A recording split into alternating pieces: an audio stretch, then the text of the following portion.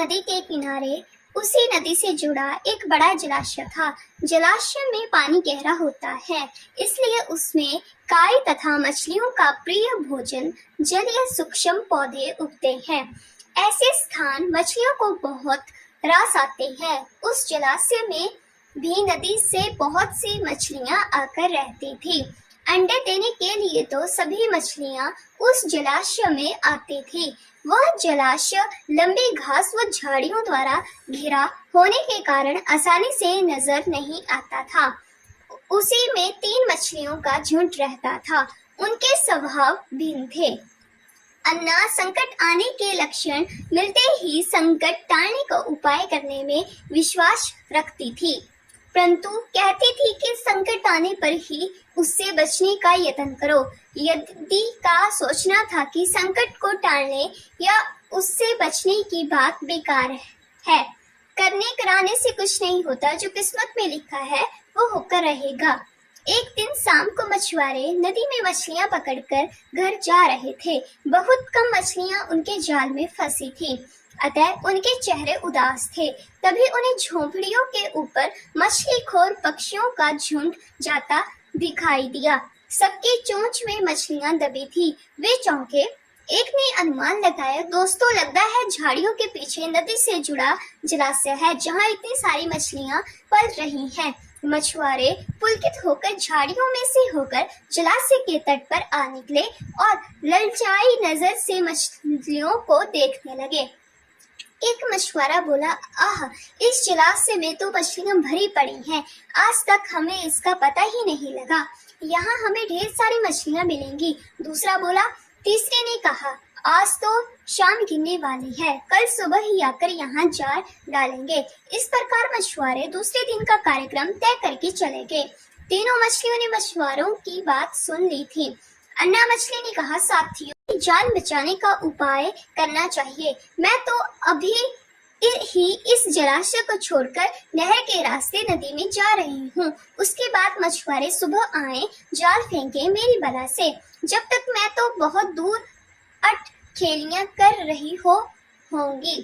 प्रत्यु मछली बोली, तुम्हें जाना है तो जाओ, मैं तो नहीं आ रही। अभी खतरा आया कहाँ है जो इतना घबराने की जरूरत है। हो सकता है संकट आए ही ना। उन मछुआरों का यहाँ आने का कार्यक्रम रद्द हो सकता है। हो सकता है रात को उनके जाल चूहे कुतर जाए। हो सकता है उनकी बस्ती में आग लग जाए। भूचाल आकर उनके गांव को नष्ट कर सकता है, या रात को मूसलाधार वर्षा आ सकती है और बाढ़ में उनका गांव बह सकता है। इसलिए उनका आना निश्चित नहीं है। जब वो आएंगे तब सोचेंगे। हो सकता है मैं उनके जाल में ही ना फंसूं। यदि ने अपनी भाग्यवादी बात कही। भागने से कुछ नहीं होने वाला। मछुआरों को आना है तो वह आएंगे। हमें जाल में फंसना है तो हम फंसेंगे। किस्मत में मरना ही लिखा है तो क्या किया जा सकता है। इस प्रकार अन्ना तो उसी समय वहां से चली गई। प्रत्यु और यदि जलाशय में ही रही। भोर हुई तो मछुआरे अपने जाल को लेकर आए और लगे जलाशय में जाल फेंकने और मछलियां पकड़ने। प्रत्यु ने संकट को आए देखा तो लगी जान बचाने के उपाय सोचने। उसका दिमाग तेजी से काम करने लगा। आसपास छुपने के लिए कोई खोखली जगह भी नहीं थी।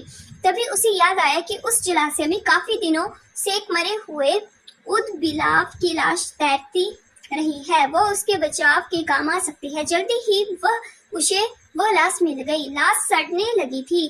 प्रत्यु लाश के पेट में घुस गई और सड़ती लाश की सिंधांत अपने ऊपर लपेटकर बाहर निकली। कुछ ही देर में मछुआरे के जाल में प्रत्यु फंस गई। मछुआरे ने अपना जाल खींचा और मछलियों को किनारे पर जाल से उलट दिया। बाकी मछलियां तो तड़पने लगी, परंतु प्रत्यु दम साध कर मरी हुई मछली की तरह तड़पने लगी। मछुआरे को संदात का बवाल लगा तो मछलियों को देखने लगा। उसने निश्चिंत पड़ी प्रत्यु को उठाया और सूंघा। यह तो कई दिनों की मरी मछली है, सड़ चुकी है। ऐसे बड़बड़ाकर बुरा समूह बनाकर उस मछुआरे ने प्रत्यु को जलाशय में फेंक दिया। प्रत्यु अपनी बुद्धि का प्रयोग कर संकट से बच निकलने में सफल हो गई थी। पानी में गिरते ही उसने गोता लगाया और सुरक्षित गहराई में पहुंचकर जान की खैर मनाई। यदि भी दूसरे मछुआरे के जाल में फंस गई थी और एक टोकरे में डाल दी गई थी। भाग्य के भरोसे बैठे रहने वाली यदि ने उसी टोकरी में अन्य मछलियों की तरह तड़प तड़प कर प्राण त्याग दिए। सीख, भाग्य भी उसी का साथ देता है जो कर्म में विश्वास रखते हैं और कर्म को प्रधान मानते हैं। भाग्य के भरोसे हाथ पर हाथ रख कर बैठे रहने वाले का विनाश निश्चित है।